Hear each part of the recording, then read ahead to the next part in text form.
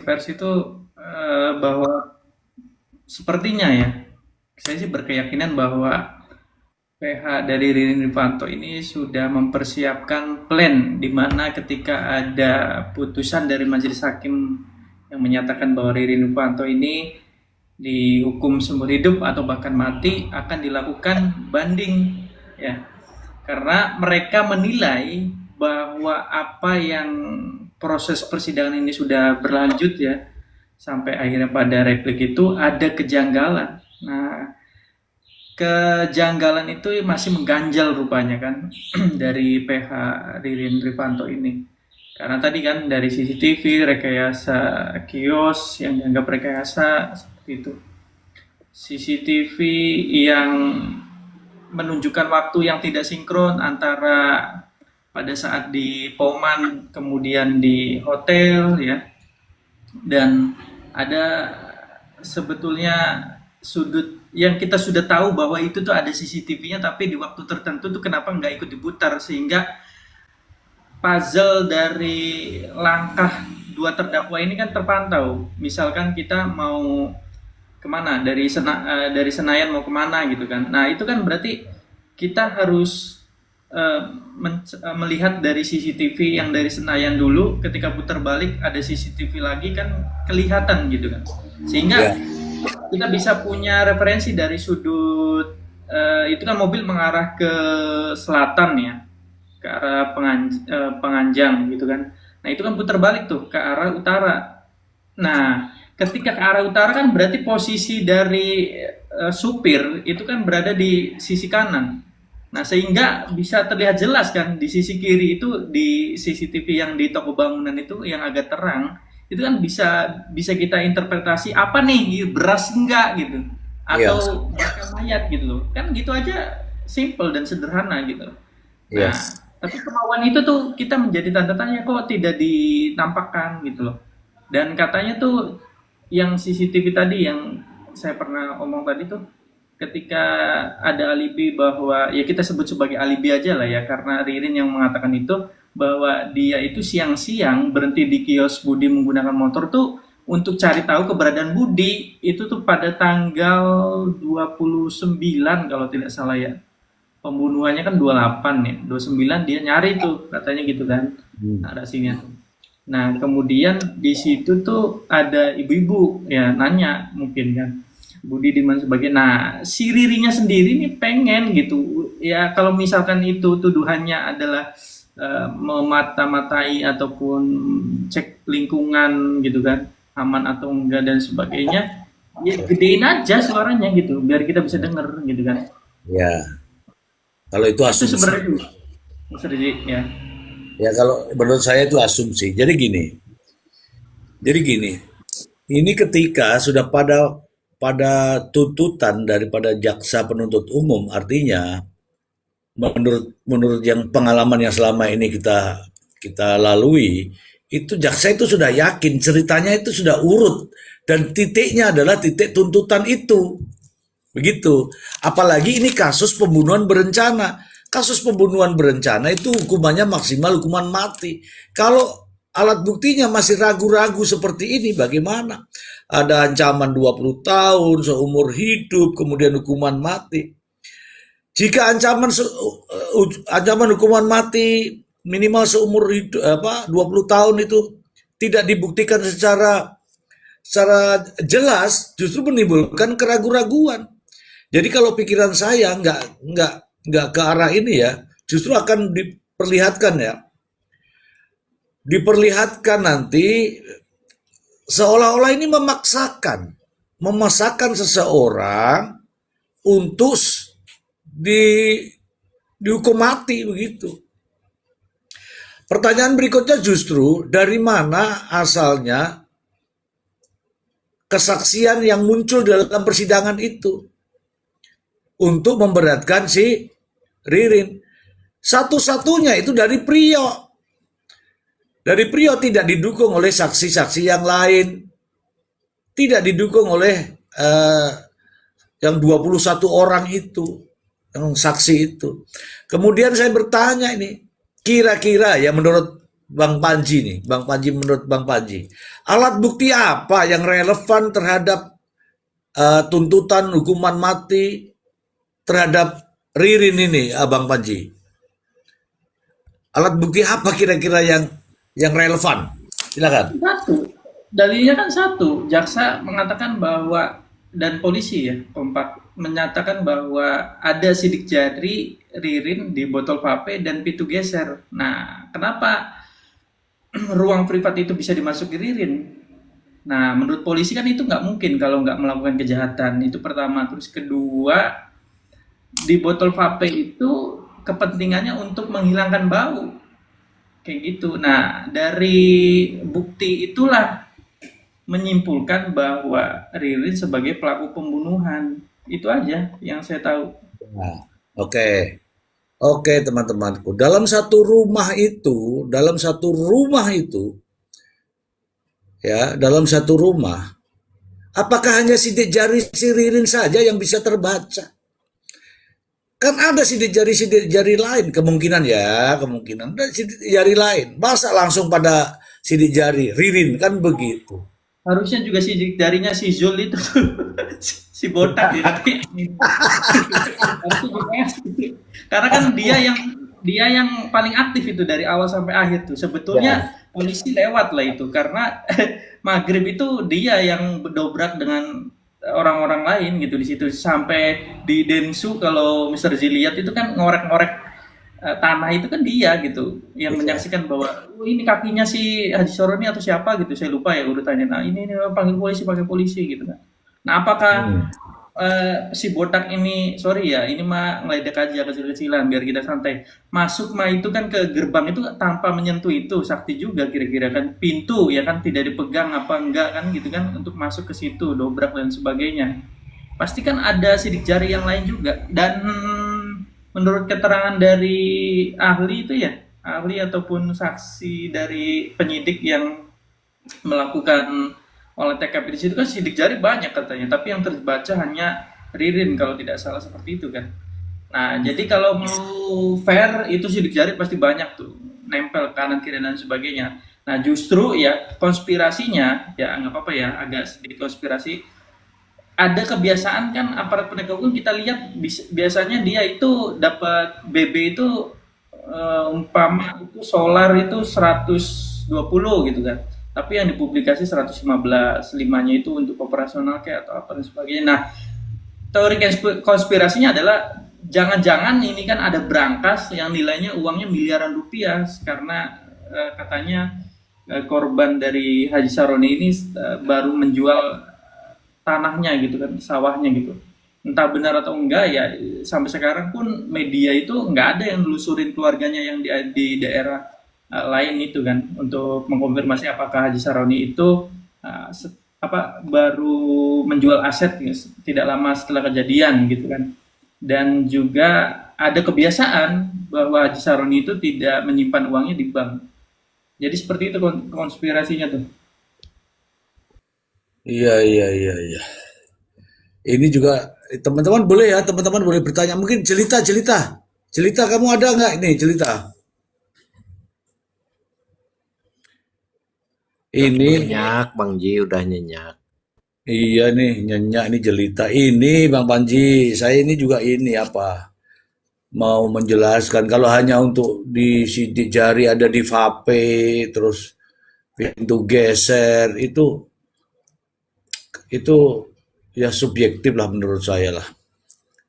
Karena kita juga nggak tahu ya vape-nya ada di mana tiba-tiba ada sidik jarinya Ririn kalau memang tujuannya begitu tetap tidak bisa begitu dalam pembuktian itu yang mengarah kemana kalau seperti tadi orang ada di depan mobil langsung tiba-tiba orang ngapain itu kencing itu kan nggak bagus juga kata-kata itu sama juga ini ada sidik jarinya siapa sidik jarinya Ririn di obat nyamuk itu bukti bahwa Ririn masuk begitu kan bukan masalah sidik jari masuk itu nah dengan sidik jari di vape terus masuk ke ruang ruang privat nah, itu kan asumsi-asumsi kita ini kan butuh bukti artinya apa supaya kasus ini terang benderang dan hakim pun dalam mengambil keputusan itu tidak ragu-ragu. Karena kalau hakim hanya mempercayai dengan bukti-bukti yang penuh keraguan-raguan ya bahaya juga, kasihan hakimnya. Begitu. Bagaimana menurut Abah?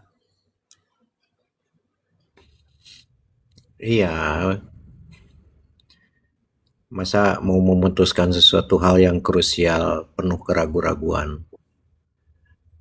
Ya ini tinggal hakimnya ihdinas siratal mustaqim atau tidak gitu. Mudah-mudahan dia berpegang teguh kepada keyakinannya yang notabene dari 21 saksi tidak ada yang mengarah. Bukti-bukti juga samar-samar ya. Nah, nanti dalam putusannya kita lihat karena tadi menurut Bang Panji itu suatu keharusan barangkali ya PH-nya mengajukan banding apabila ini putusannya tidak sesuai dengan fakta persidangan. Tapi mungkin kalau sesuai dengan fakta persidangan dan keyakinannya itu mungkin akan berbicara lain. Jadi kalau kita ulas lagi mulai dari A, padahal ini udah hampir sampai di Z kan gitu, udah mau ending. Mudah-mudahan tidak ada pledoi kedua, tidak ada tambahan bukti apa lagi gitu ya. Nah ini tinggal mengalir aja, tinggal 2 tahap lagi kalau tidak salah. Ya, Kalau memang tidak sesuai dengan ekspektasinya PH-nya Mr. R, ya pasti dilakukan banding. Demikian Bang Ji, terima kasih. iya, oke. Saya nanya sama Abah ini, fakta-fakta apa Bah yang kira-kira yang sudah hadir di persidangan itu yang kira-kira membuat Abah aja ya, Abah yakin gitu. Fakta apa Bah kira-kira Bah? Ya selama ahlinya tidak menerangkan, lantas mau dibilang ada kesesuaian apa? Kan harus ahli, misalnya digital forensik. Seperti tadi yang disisipkan tadi, tidak mengatakan apa-apa. Bahkan benda misterius, entah barantah apa turun dari langit, tidak menjelaskan bahwa itu A, B, tidak ada kan? Iya, Kalau hasil penyembuhan. Jadi apa yang harus dipercayai dari fakta persidangan ini sehingga menimbulkan keyakinan gitu. iya. Tapi kalaupun hakim berpendapat lain, silahkan putus yang seadil-adilnya gitu. Terima kasih. Iya, saya juga bertanya-tanya ini, teman-teman, alat bukti apa teman-teman yang kira-kira meyakinkan teman-teman nih?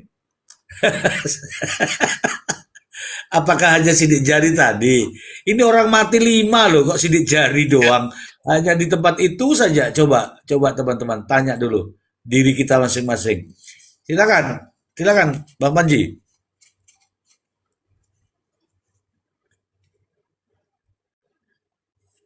Ada Ari Porong, selamat. Ulangi kelewat. Iya, ini kan kasus pembunuhan, minimal tuh tuntutan ancaman maksimal itu kan hukuman mati.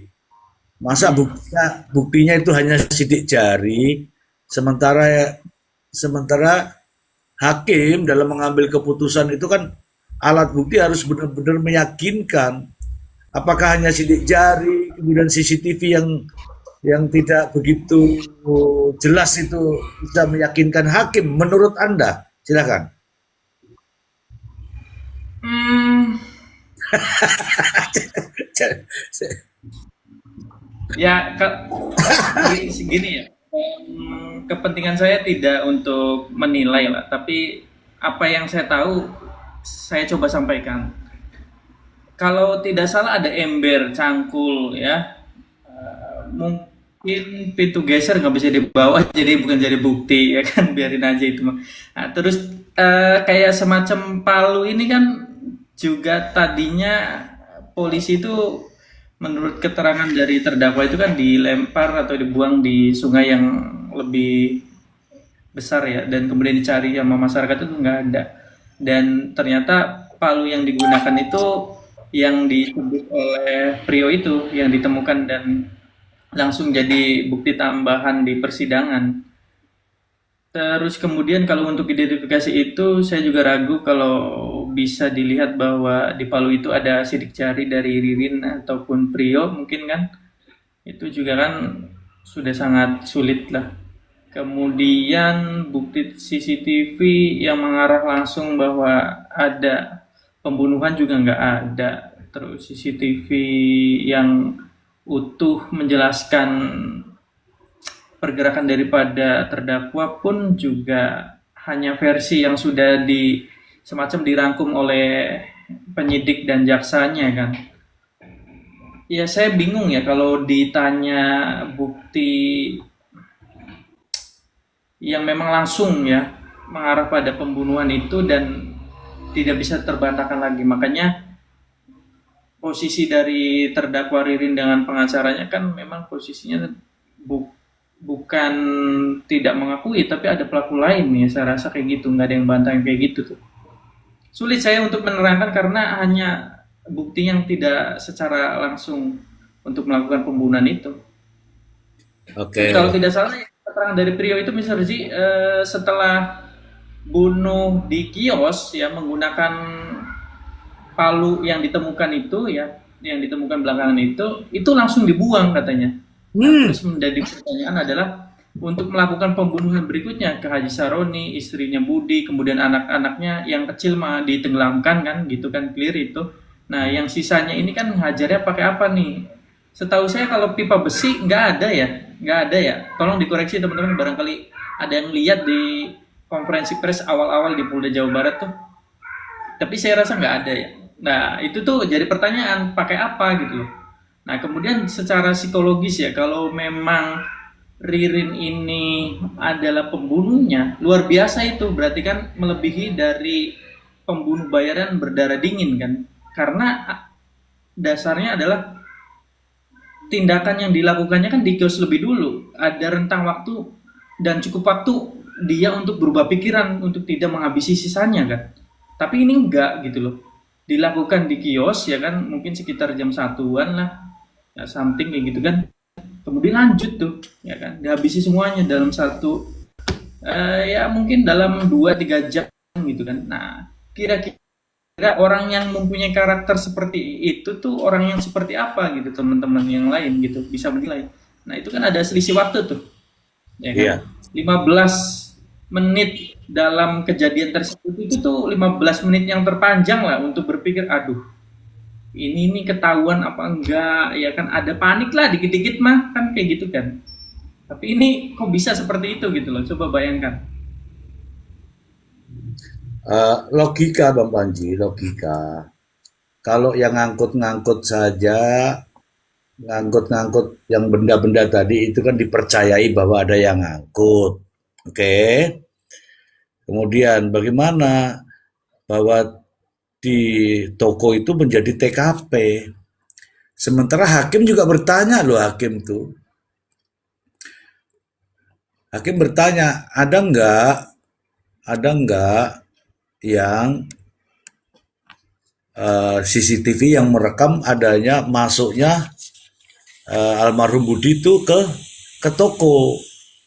Nah, kapan masuknya gitu loh kan? Masa CCTV sudah dibawa ke laboratorium forensik, masa nggak muncul itu Budi masuk di toko ya kan? Oke.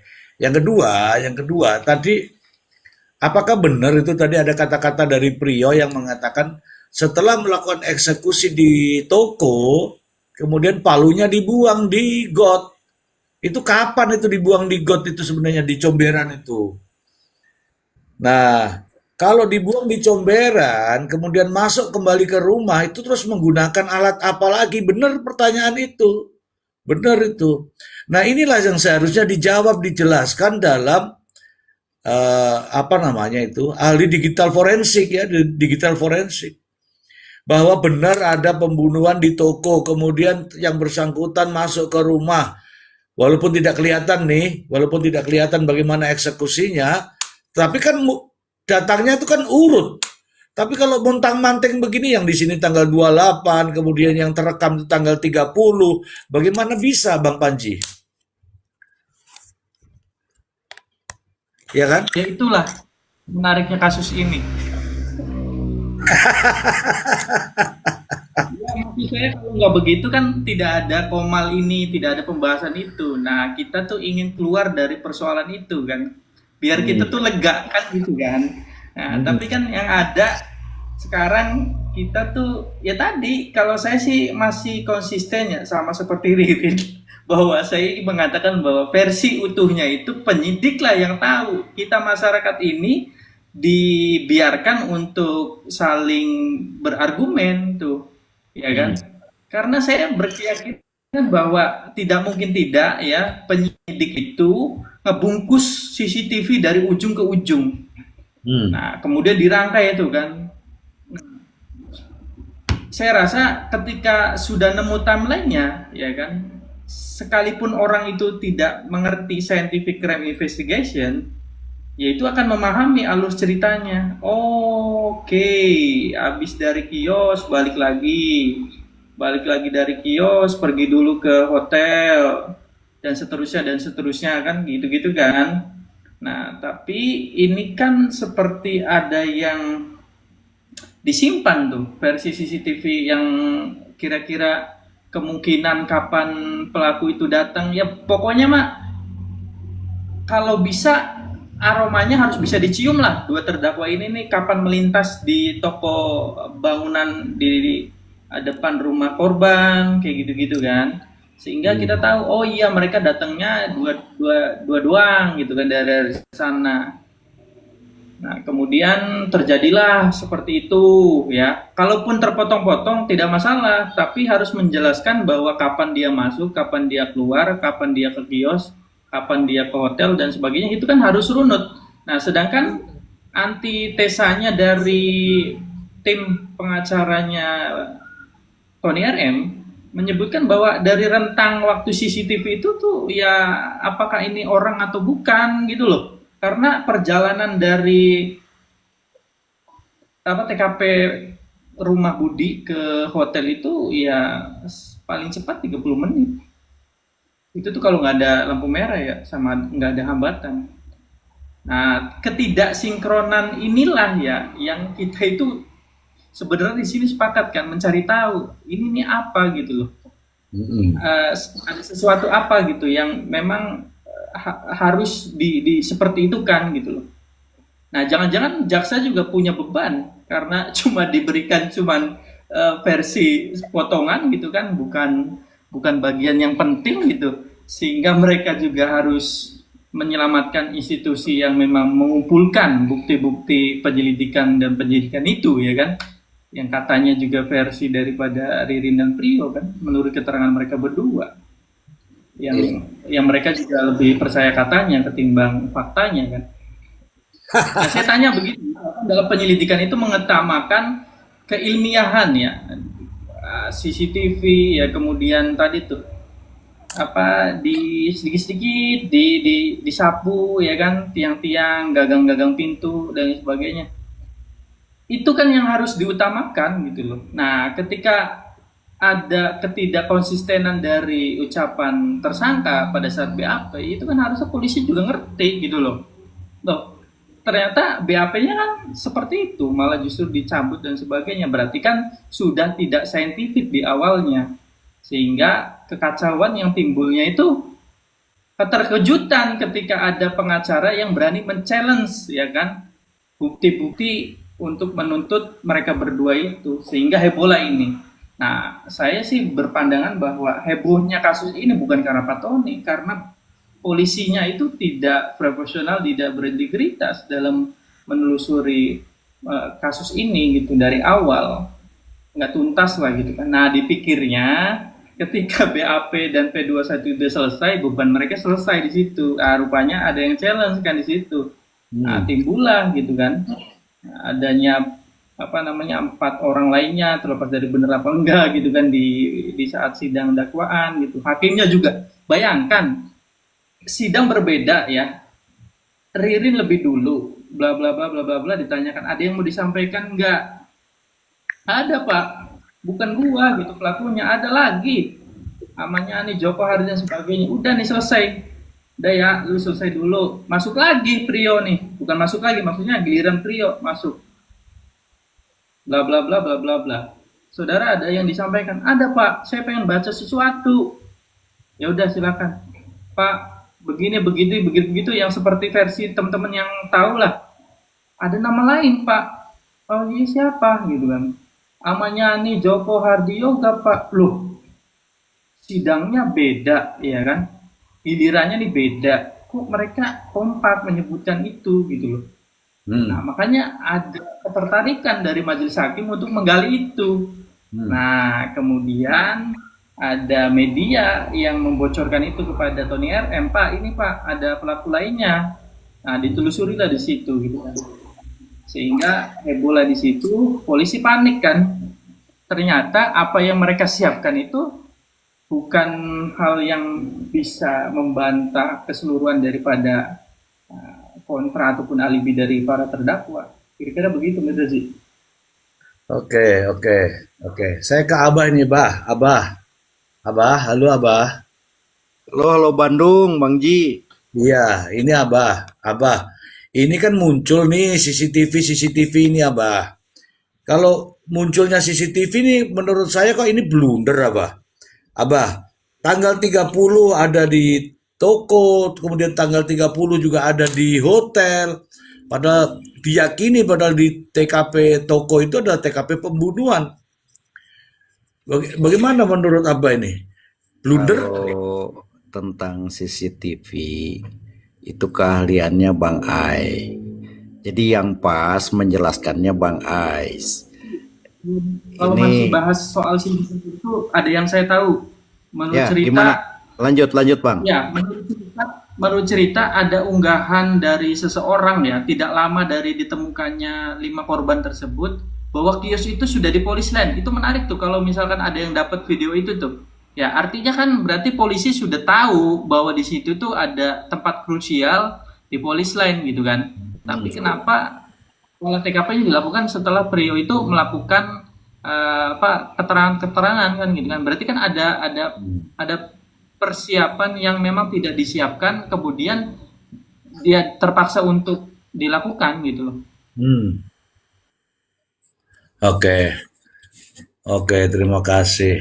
Iya di polis lain tapi ini ya coba ini aku ke Ari Porong dulu Ari. Ari kamu dari mana aja Ari Porong? Selamat menjelang tengah malam Mister Z, Abah, Bang Panji, Bang Ai, Bang Panadol, Malam Bang Ari. Rafia, selamat tidur, Bang Kopi Pahit, selamat tidur. Teman-teman yang di bawah, selamat malam semuanya. Assalamualaikum warahmatullahi wabarakatuh. Waalaikumsalam warahmatullahi wabarakatuh.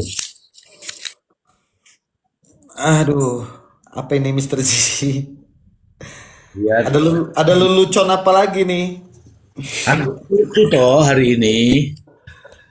Iya, ada lelucon apa lagi Mister Z maksud saya di fakta persidangan hari ini. Hari ini sidang apa ya? Sidang pembuktian ya? Aduh, ya Allah ya Robi. Bingung saya sampai Pembuktian mau betul ngomong Mr. apa. Z. Hah? Pembuktian ketidakbecusan pengadilan. Ya biar Bang Ari dulu, Bang Ari dulu. Iya, yang saya dengar dari Viti tadi siang sih saya juga nggak hari ini ada perlu lah ada kesibukan Mister Z. Ada beberapa Viti aja yang saya dengar kok sebelum pembacaan replik itu bahwasannya katanya ada ahli digital forensik ya. Itu yang hadir ahli digital forensiknya Bang Nelson, beser- naik dulu Bang Nelson. beserta suratnya atau hanya seperti kemarin lagi judulnya Mister Z. Suratnya aja ya.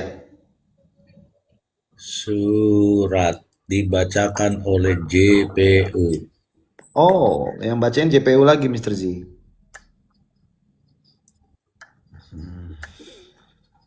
Inilah yang makanya saya selalu apa ya, selalu kurang puas gitu Mr. Z. Kurang puasnya apa? Justru ini sudah bukan waktunya memberikan barang bukti, alat bukti lagi kok. Tiba-tiba seperti ini. Tadinya saya sebetulnya sih, saya sih berharap tidak nggak masalah lah nih. Mudah-mudahan ahlinya beneran ini Mr. J yang hadir. Hmm. Kok ternyata seperti kemarin lagi gitu loh, hanya surat aja gitu. Kalau nggak salah itu kan sudah sempat ditolak juga sama Pak Jerry ya.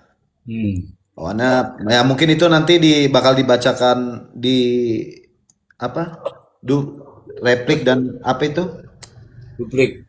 Duplik. Ya, nanti paling dibacakan di duplik nanti tentang keberatan itu tadi. Cuman ya kalau saya masih belum puas aja Mr. J. Kalau selalu barang bukti yang dihadirkan itu masih seperti itu lagi gitu loh. Terserah ya orang-orang yang lain yang berbeda pandangan, mereka menganggapnya wah ini udah ditongolin masih aja kok kurang puas gini ya, nggak seperti itulah gitu kan. Proses prosedur hukumnya ya kan, karena kan kita selama ini kan yang kita bicarakan kan prosesnya gitu loh. Tapi kalau tiba-tiba dihadirkan disuguhkan dengan seperti ini, saya mau bilang main-main, nanti saya dimarahin sama yang benar-benar advokat gitu kan. Tapi kan fakta persidangannya seperti ini gitu loh, kasus besar, 5 korban, ada 2 anak-anak. Tapi cara menanganinya seperti ini, seperti main-main saya bilang Mr. Z. Tapi ada beberapa lah yang memang teman-teman abang-abang yang memang bergelutnya di bidang itu ya. Bahwa wah jangan bicarakan persidangan tuh seperti ini ya, fakta persidangannya seperti ini disuguhkan. Kita mau ngomong kayak mana? Ya. Ya, Kecuali barang bukti yang terakhir ini disuguhkan itu memang benar-benar meyakinkan 1000% hakim ya kan, bahwa barang bukti yang dihadirkan belakangan ini yang susulan ini justru lebih terang dari matahari yang kita harapkan Mr. J. Ternyata ya, belum terang banget sih Mr. J, masih ketutupan awan mendung, jadi agak-agak gelap dikit lah ya. Abu-abu saya bilang Mr. J. Oke. Ini ada Bang Nelson. Selamat malam Bang Nelson. Ada juga Prof. Emran. Selamat malam Prof. Selamat malam Bang Mr. Z. Selamat malam teman-teman, Bang Panji, Bang Abah. Abah Cianjur, Bang Bang Panado, Warung Kopi Pahit, Bang Ari Porong. Selamat malam. Malam Bang Nelson. Sehat semua. Ya, salam sehat semuanya. Sehat selalu. Boleh saya saya menyampaikan narasi, Bang? Boleh. Bisa, Bang. Ya, Bang, Mr. G. Sekali lagi saya tegaskan pendapat saya ini bukanlah pembelaan ya terhadap Ririn. Karena saya tidak kenal dengan, tidak ada hubungan apapun dengan beliau. Ini murni bentuk keprihatinan saya kepada almarhum korban yang seharusnya mendapatkan keadilan.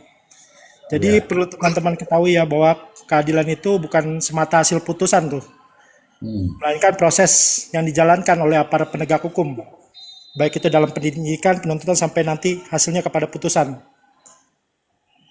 Seperti yang saya katakan kemarin tentang kepastian hukum terkait prosedur acara, alat bukti juga dihadirkan di persidangan. Saya yakin itu keadilan tidak akan pernah terwujud.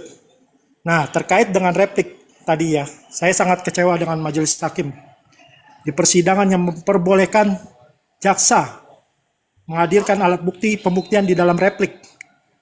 Jika saya sebagai penasihat hukum ya Bang Mr. J, saya sangat-sangat keberatan itu karena melanggar hukum yang mana harusnya seimbang dong, tidak boleh bukti masuk dalam replik. Kalau itu dilakukan mesti diulang lagi, kasihan PH-nya nanti. Iya. Ini kalau menurut saya melanggar asas pidana itu peradilan cepat dan sederhana dan termasuk equality before the law, persamaan hak di mata hukum. Iya. Terus terkait ini Mr. J, ya itu ada dasar hukumnya loh. Pasal 21 KUHP Undang-Undang Nomor 20 tahun 2025. Izin saya membacakan. Boleh Ya. langsung. 1. Ini setelah pembuktian selesai ya. Setelah kesaksian dan bukti disampaikan oleh kedua belah pihak, penuntut umum dan advokat diberikan kesempatan untuk menyampaikan keterangan lisan yang mengenai bukti yang diajukan di persidangan mendukung pendapat mereka mengenai perkara tersebut. 2. Dalam hal pemeriksaan dinyatakan selesai, penuntut umum mengajukan tuntutan pidana kepada terdakwa setelah menguraikan hal yang memberatkan dan meringankan terdakwa. 3. Setelah penuntut umum mengajukan tuntutan pidana, terdakwa dan atau advokat mengajukan pembelaannya yang dapat dijawab oleh penuntut umum dengan ketentuan bahwa terdakwa atau advokatnya selalu mendapat giliran terakhir. Artinya, kalau menurut pandangan saya di ayat 3-nya itu tidak ada yang menyatakan bahwa penuntut umum diberikan kesempatan untuk mengajukan bukti pada saat replik. Ya. Itu di ayat 3-nya, Mr. Ji. Jadi, saya rasa Majelis Hakim sudah menabrak ketentuan pasal 231 KUHP karena tidak ada pada saat terdakwa dan atau mengajukan pembelaan yang dijawab oleh penuntut umum, itu tidak boleh diperbolehkan adanya bukti masuk dalam replik itu. Karena tidak ada di ayat 3-nya. Kalaupun ada itu harusnya nggak boleh. Di ayat 3-nya memang tidak ada gitu. Nah, terus kemudian saya melihat replik yang ternyata yang memeriksa sidik jari bukanlah ahli dan tidak memiliki sertifikasi itu bernama Denis ya. Menurut jaksa penuntut umum, yang setelah mengambil sidik jari, itu diberikan ke ahli yang tim Inafis. Jadi setelah dia mengambil sidik jari, dia berikan yang sudah ada yang punya memiliki sertifikat. Artinya ya Denis ini ya kata jaksa bukan ahli, tapi jadi saksi saja. Jadi nggak perlu sertifikasi. Nah ini kan fatal ini. Artinya si Denis ini pada saat melakukan sidik jari tidak ada sertifikasinya, memang hanya dijadikan saksi oleh jaksa penuntut umum. Ini nggak boleh ini seharusnya. Harusnya kan ahli memang benar yang harus bersertifikasi. Ternyata yang Denis ini menyerahkan ke rekannya pada saat sudah dilakukan pemeriksaan sidik jari. Berdasarkan tadi replik JPU itu tadi yang sudah ada sertifikasinya. Ya. Jadi kan sudah jelas itu melanggar aturan ya kan. Ya. Ya saya rasa itu dulu Mr. Ji. Baik. Jadi menurut Anda dengan adanya replik kemudian diisi dengan pembuktian itu menurut Anda sudah pelanggaran ya? Pelanggaran itu equality before the law dong, melanggar dong asas pidana itu. Apalagi di pasal 231 tidak menyebutkan setelah pledoi, replik, tidak ada bukti masuk. Itu nggak ada di pasal 231. Berarti udah ditabrak dong aturannya pasal 231 itu di dalam KUHP. Kan sudah jelas itu. Nggak bisa dirubah-rubah pasal 231 KUHP yang baru ini. Ayat 3-nya. Coba saya tanya dulu asisten untuk gambaran saja kepada teman-teman. Bagaimana jika sidang replik tetapi dijadikan sidang pembuktian? Asisten saya ingin ngomong pakai lipstick dulu ya. Biar pakai lipstick dulu. Kita dengarkan ya Bang Delson. Ji.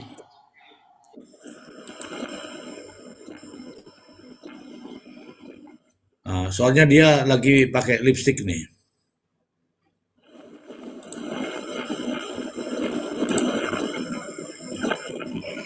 Loh, kok nggak ada suaranya ini? Oke, tadi pasal 231 ya. Satu ayatnya dari 1 sampai ayat ketiga ya, Mr. Ji. Ya, setelah penuntut umum mengajukan tuntutan pidana terdakwa dan atau advokat mengajukan pembelaannya yang dapat dijawab oleh penuntut umum dengan ketentuan bahwa terdakwa atau advokatnya selalu mendapat giliran yang terakhir.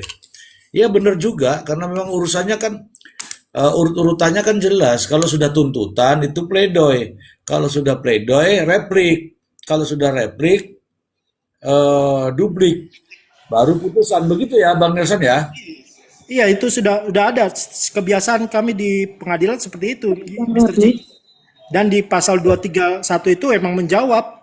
Ayat 3-nya sudah menjawab proses agenda sidang ya seperti itu di pidana. Tidak ada bukti di dalam replik itu. Aneh itu. Ya, oke. Bisa nanti dilaporkan saja. Iya, iya, iya. Kita juga sudah mulai catat itu. Kita dengarkan dulu ini asistennya.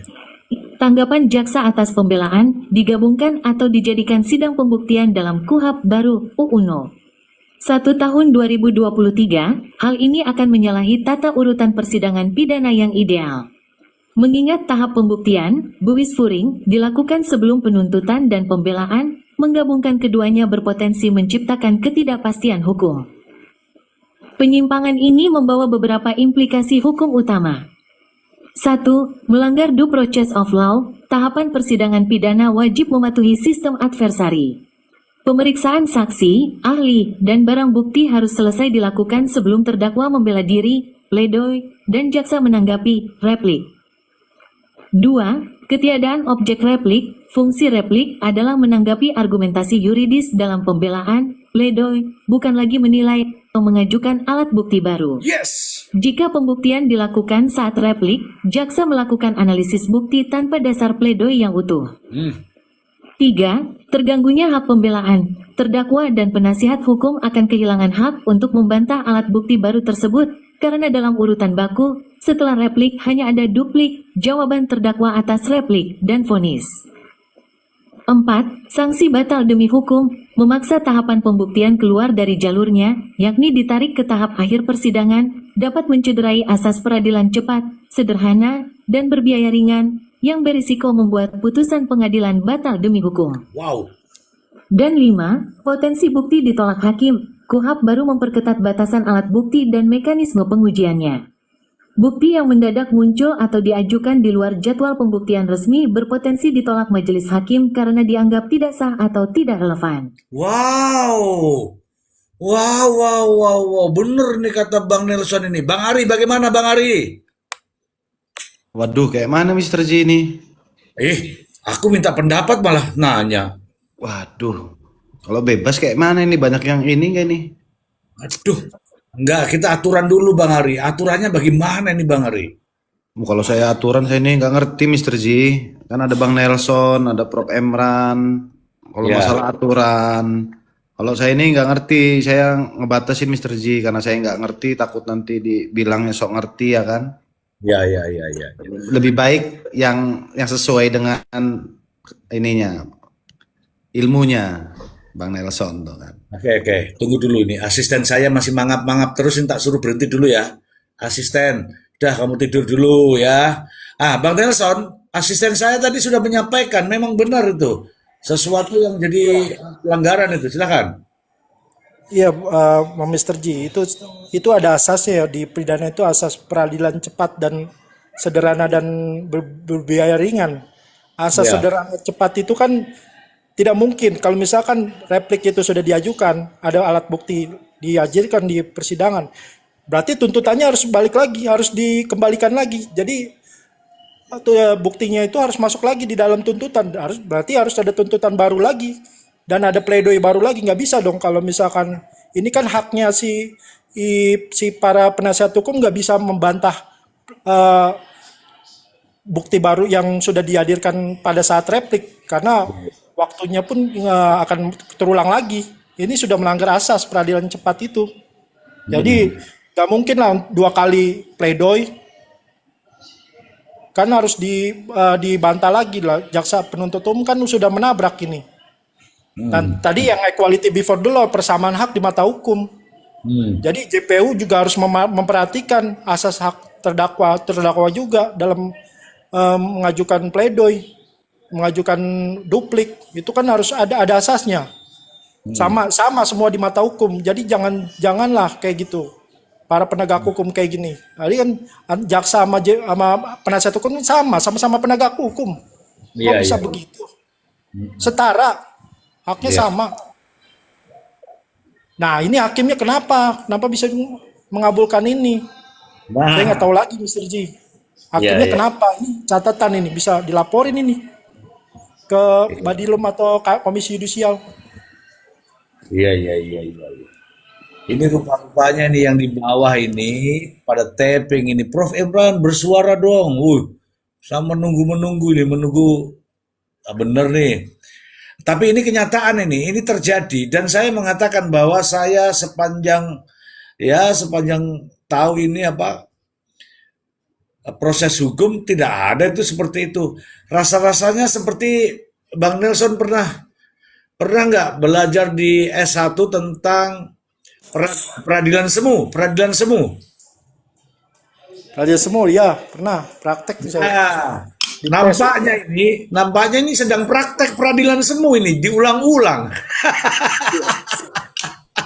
Kalau salah diulang, Mr. Ji. Iya dong, ya kan? Aduh. Ya. Nih ada Prof. Imran. Prof. Imran. Ya, Prof. Silakan, Prof. Ya. Ya, izin Prof tanggapannya Prof. Ya, Mr. Ji, malam. Malam, Mr. Ji, malam semuanya. Malam Apa Prof. kabar? Malam, Prof. Malam, Prof. Malam, Prof.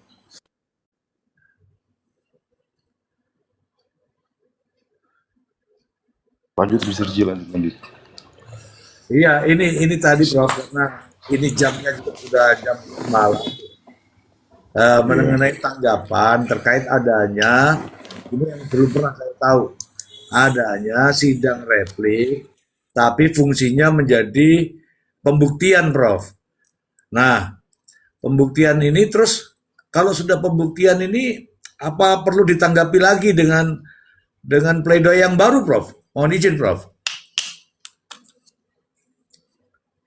Iya. Jadi memang begini, saya sebenarnya setuju ya sama semuanya ya, dengan Bang Nelson setuju gitu. Memang ada perbedaan karakteristik antara hukum acara kita yang 1881 itu dengan yang 2025 ini sebenarnya. Jadi ada formula-formula baru yang kemudian dimasukkan ke dalam situ, terutama kaitannya dengan bab 15 tuh. Bab 15 ya, kalau bab 15 ini kan sudah sampai tahap penuntutan di persidangan ya. Itu sebenarnya Mr. Ji. Memang ada hal-hal baru lah. Salah satunya memang kalau kita baca pada pasal benar tadi tuh 231 itu kaitannya dengan tata urutan mulai dari keterangan saksi dan sampai pada replik dan duplik. Cuman begini, kalau kita merefer pada pasal 232 ayat 1 itulah di situ yang kemudian digunakan untuk itu bisa sebenarnya. Itu bisa. Mungkin Mr. Ji bisa baca di pasal 232 ayat 1 itu sebenarnya. Oke, saya baca Prof. Ah, Pasal 232 ayat 1. Dalam hal tertentu, baik atas kewenangan hakim, ketua sidang karena jabatannya maupun atas permintaan penuntut umum atau terdakwa atau advokatnya dengan memberikan alasan yang dapat diterima, sidang sebagaimana dimaksud dalam ayat 231 ayat 5 dapat dibuka kembali. Ayat 2. Setelah ketentuan sebagaimana dimaksud ayat 1 dilakukan, hakim mengadakan musyawarah terakhir untuk mengambil keputusan, dan apabila perlu musyawarah tersebut diadakan setelah terdakwa, saksi, advokat, penuntut umum, dan hadirin meninggalkan ruang sidang. Ini kok Oke, cukup situ Mr. Ji. Siap. Cukup situ. Ya, Jadi kalau Mr. Ji ke pasal 231 ayat 5. Nah, ayat 5. Jadi kalau dia ayat 5 itu, coba mungkin Mr. Ji bacakan ayat 5-nya di sana. 231 ayat 5. ayat 5. Jika ketentuan sebagaimana dimaksud ayat 1 sampai dengan ayat 3 selesai dilaksanakan, hakim ketua sidang menyatakan bahwa pemeriksaan dinyatakan ditutup. Kalau Mr. J balik lagi ke pasal 232 itu, berarti pasal 232 itu dia menjelaskan kaitannya dengan pasal 231 ayat 5. Karena ada frasa tutupnya tuh, ditutup. Jadi yang tadinya sudah ditutup itu kemudian dengan diskresinya, dengan kewenangan diskresi dari majelis itu bisa dibuka lagi. bisa dibuka lagi. Nah, artinya karena apa? Karena dia pembuktian material. Jadi memang bukti-bukti itu harus benar-benar harus apa namanya tersaji ya, tersaji. Iya. Itu jadi sebenarnya itu ada instrumen baru yang memang dinormatifkan di dalam KUHP kita ini. Cuman memang ada problematiknya itu, dia mestinya itu pada ujung, Mr. Ji. Bukan pada tahap replik, tapi setelah pembacaan duplik. Setelah pembacaan duplik, karena setelah pembacaan duplik itu kan sidang dinyatakan ditutup, lalu kemudian ada langkah selanjutnya itu kan musyawarah hakim kan. Jadi sebelum hakim itu melakukan musyawarah sebenarnya, musyawarah. Cuman ini JPU mengajukan itu pada tahap duplik tadi ya, replik tadi ya. Replik, pada tahap replik. Itu. Tapi kalau ditanya kira-kira masih bisa diajukan apa enggak, ya itu masih bisa diajukan. Cuman kan jadi begini, ada satu prinsip namanya audi et alteram partem. Jadi kalau kita baca pasal 232 ayat 1 itu sebenarnya kedua pihak itu sebenarnya memiliki kesempatan yang sama. Iya. Baik dari JPU maupun PH. Tinggal nanti dari sisi Bang Toninya ini kira-kira mau nggak, artinya nanti mengajukan apa lagi gitu loh kira-kira. Cuman yang menurut saya begini, yang nggak fair itu begini sebenarnya Mr. Ji. Kalau dia kaitannya dengan keterangan ahli itu kan kalau kita merefer pada pasal 238 ya. Iya. 238 itu berarti kan ahli itu dia harus hadir di persidangan, harus dibawa sumpah dan sebagainya. Karena konsekuensi dia hadir di persidangan untuk apa? Untuk para pihak ini melakukan yang namanya eksaminasi, cross eksaminasi. Jadi kalau hanya dibacakan seperti itu kan berarti kan nggak bisa didalamin materinya, Mr. Ji kan? Betul. Itu problematik tuh. Itu Iya. problematik. Problematiknya kedua tuh begini, Mr. Ji. Surat itu dia sudah harus bersamaan ketika barang bukti itu dikirim. Karena begini, Mr. Ji, ketika barang bukti itu kan begini nih, ketika ahli itu dia melakukan, katakanlah dia meriset lah, dia meriset CCTV atau apapun itu, dia terlebih dahulu disumpah dulu, Mr. Ji. Terlebih dahulu disumpah. Baru kemudian melakukan riset, karena artinya ada potensi dia nggak hadir di persidangan. Gitu. Tapi kalau misalkan, jadi sama sebenarnya kalau kita komparasikan dengan alat bukti yang dihadirkan sebelumnya tuh, sudah alat bukti itu sudah disajikan, lalu sudah dipresentasikan oleh JPU, tapi belum dilakukan digital forensik. Jadi sebenarnya ini sama nih, ya kan? Sudah alat bukti yang namanya CCTV itu sudah ditampilkan, tapi forensiknya belum. Lalu katanya forensiknya menyusul. Sementara kalau forensik itu kan sebenarnya dia merupakan input. Outputnya itu kan hasil yang sudah tertera dalam alat bukti surat itu, Mr. Ji. Iya. Jadi hasil mendahului proses. Ini sesuatu yang nggak masuk akal banget kan? Iya. Sesuatu yang nggak masuk akal. Jadi artinya logikanya jadi berantakan. Seolah-olah itu disajikan dulu, nanti analisanya belakangan. Lalu ya itu yang disajikan itu kan sebenarnya yang dibutuhkan oleh pasal 6 Undang-Undang ITE itu kan alat bukti yang memang dia nggak hanya terpenuhi syarat materialnya, bukan hanya syarat formula semata, tapi juga syarat materialnya. Makanya apa didatangkan ahli untuk melakukan digital forensik. Hasil dari digital forensik itulah maka kemudian dituangkan ke dalam alat bukti surat, dan 3 benda ya, baik dia dalam bentuk alat bukti surat maupun barang bukti, dan ahli itu pun dihadirkan. Karena memang itu merupakan satu kesatuan. Kalaupun dia 3 tetapi merupakan satu kesatuan.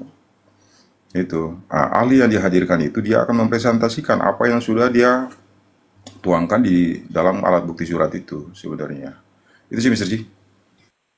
Baik, Prof. Kalau makna daripada replik sendiri itu sebenarnya ini kan tanggapan jaksa terhadap pledoi, Prof. Bukan untuk menyajikan bukti baru. Justru karena bukti baru ini tidak juga menerangkan terkait dengan kasus ini, Prof. Ini menjadi menjadi timbul pertanyaan baru lagi, Prof. Silakan. Oke, Mr. Ji. Itu jadi begini, saya mau tanya dulu, itu alat bukti apa yang dihadirkan tadi itu, Mr. Ji? Yang dibacakan itu? Alat bukti berupa hasil digital forensik CCTV yang diambil dari flash disk. Nanti Bang Ai yang sampaikan. Nah, flash disk itu berarti iya. ya silakan, Prof. Berarti yang sebelumnya diminta sama hakim ya, untuk memenuhi formalitasnya itu ya, Mr. Ji ya? Iya, iya. Nah, ya iya berarti sama aja sebenarnya sih. Sama aja sebenarnya gitu, Mr. Ji. Cuman kalau kita baca apa namanya anak kalimat di pasal 232 itu kan hakim, kalau kita berangkat dulu nih dari pasal 23 sebenarnya, pasal 231 ayat 5. Ada di anak kalimat itu kan sebelum hakim menutup atau hakim menutup. Jadi ditutup dulu tuh. Artinya kalau misalkan dia bilang tutup, berarti seluruh proses dari rangkaian persidangan itu telah selesai. Selesai. Nah, satu yang terakhir itu hanya apa? Musyawarah hakim. Sidang dinyatakan ditutup, selesai itu berarti hakim. Artinya begini, alat bukti itu bisa dihadirkan apabila sidang itu sudah selesai. Gitu loh, Mr. C. Nah, ini kan Nah, cuman tadi, belum masih ada iya apa? makanya Ya, diajukan pada tahap replik tadi kan. ya. Nah, itu jadi mungkin mereka terlalu terburu-buru, Nah, makanya kemudian dijelaskan di pasal 232 ayat 1 itu bahwa kalau misalkan sudah ditutup sekalipun, hakim masih punya kewenangan untuk kemudian membuka kembali. Betul. Nah, berarti ada persesuaian kan, persesuaian antara frasa ditutupnya itu, anak kalimat ditutup itu, ditutup di pasal 232 ayat 1 dan pasal 231 ayat 5. Ayat 5 ya. Nah, karena pasal 232 ayat 1 itu menjelaskan pasal 231 mulai dari ayat 1, 2, 2, 3, 4, sampai 5. Itu sebenarnya Mr. C. Nah, Iya. cuman begini, kalau kita pakai, ini kan kaitannya dengan apa namanya, kalau menurut Bang A itu bahasa Bang A itu change of, apa namanya tuh, custody ya? Ya. Ya. Iya. Oke, berarti itu kan kaitannya dengan apa? Integritas dan keutuhan. Integritas dan keutuhan. Maksudnya begini, Mr. Ji, bagaimana mungkin itu surat itu digital forensik itu menyusul sementara hasilnya udah ada, Mr. Ji. Iya kan? Kan aneh bin ajaibnya begitu. Ya, ya hasilnya sudah ada baru diproses. Ya, silakan, Dok.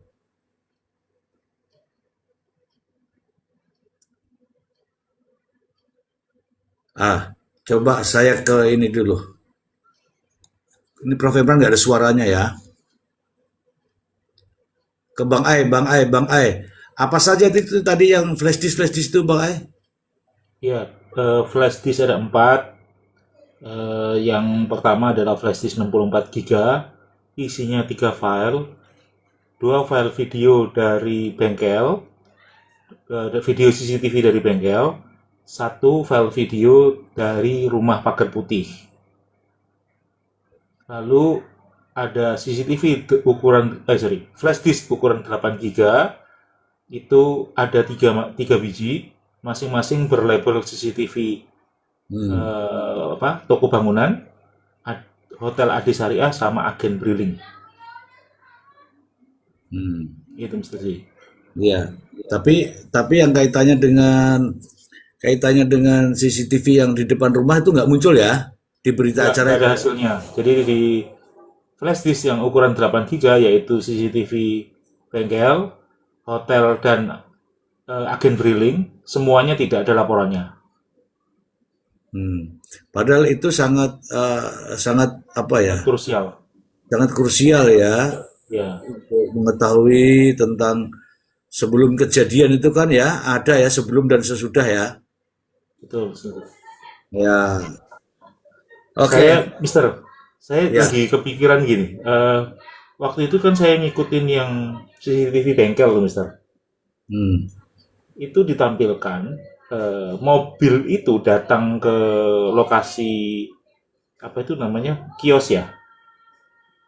Itu kan tertulis di CCTV itu jadi tanggal 30/08/2025 jam 00.20 sekian, Mister. Ya. Nah, itu waktu dijelaskan oleh penyidik ya, itu katanya terlalu maju 1 jam. Oke, berarti actualnya itu kira-kira sebenarnya 29 Agustus 2025 pukul 23 sekian. Kira-kira gitu ya. Lalu Ya. yang menarik ini, Mister, itu mobil sudah di TKP. Oke. Lalu bajunya Ririn itu pakai kaos, lalu di belakangnya ada kayak sablonan logo apa sablonan lukisan gitu, Mister. Itu Ya. kaosnya Ririn ketika datang di jam 23 sekian-sekian di tanggal 29 Agustus. Nah, ini yang laporan CCTV laporan yang forensik tadi, Mister. Kita lihat yang frame pertama di rumah pagar putih, Mister. Itu waktunya sebentar, Mister ya. Saya scroll dulu ya. Itu 29 Agustus pukul 23. Sebentar. Nah, ini frame 0. Nah, pukul 23.28, Mister. Tanggal Ah. 29 Agustus. Sementara di bengkel itu ada sosok Ririn juga, bawa mobil datang ke bengkel ke kios itu di jam segitu juga. Yang ini jalan kaki. Bisa dipahami nggak, Mister? Iya. Berarti tanggal apa jamnya sama, hari sama, di tempat yang berbeda, terekam di Iya, CCTV yang berbeda gitu ya? betul, betul. Wah, Dan yang menarik, saya ingat saya ya, yang di apa ini namanya di CCTV yang pagar putih ini, Mister, hmm, Ririn itu pakai tracker. Tracker tuh jaket Levi's, jaket jeans namanya hmm, tracker istilahnya ya. hmm. Itu pakai tracker, Mister, bukan pakai kaos yang bergambar sablon. Loh. Loh, kok iso? Kok iso ngono? Nah itu, saya baru inget-inget nih. Nanti saya akan cari ya. Nanti besok semoga besok bisa ditampilin. Nanti Iyalah, tampilin lah. apa Nah, namanya? Saya ingat saya itu, Mister. Karena kalau yang video yang itu saya ikutin kan, yang loh. di bengkel itu. Karena kalau yang di Freddy, channel Freddy itu ada yang 1 jam sekian tuh kan. Waktu Saya, ditampilin di persidangan. oh, itu itu yang di toko itu mundur 1 jam ya? Iya, Kalau misalnya ditetapkan jam yang sama, maksudnya jam jam itu saja, tidak ada mundur-mundurnya, itu, sama, Mister. eh? Katakanlah nih ya, jamnya tetap tuh 00 sekian ya. Ya, Ya kan? Katakanlah 0020 sekian si Prio dan Ririn bawa mobil pickup ke ruko. Kita hmm, lihat yang di pagar putih. Di frame yang berikutnya, Mister. 0012, Mister. Di tanggal ya, 30 Agustus 0012 kelihatan lagi lewat dua sosok pria. Lagi jalan kaki. Lalu di frame berikutnya loncat sih di 41 sih, Mister. 15. Sorry, 15 ada masih kosong.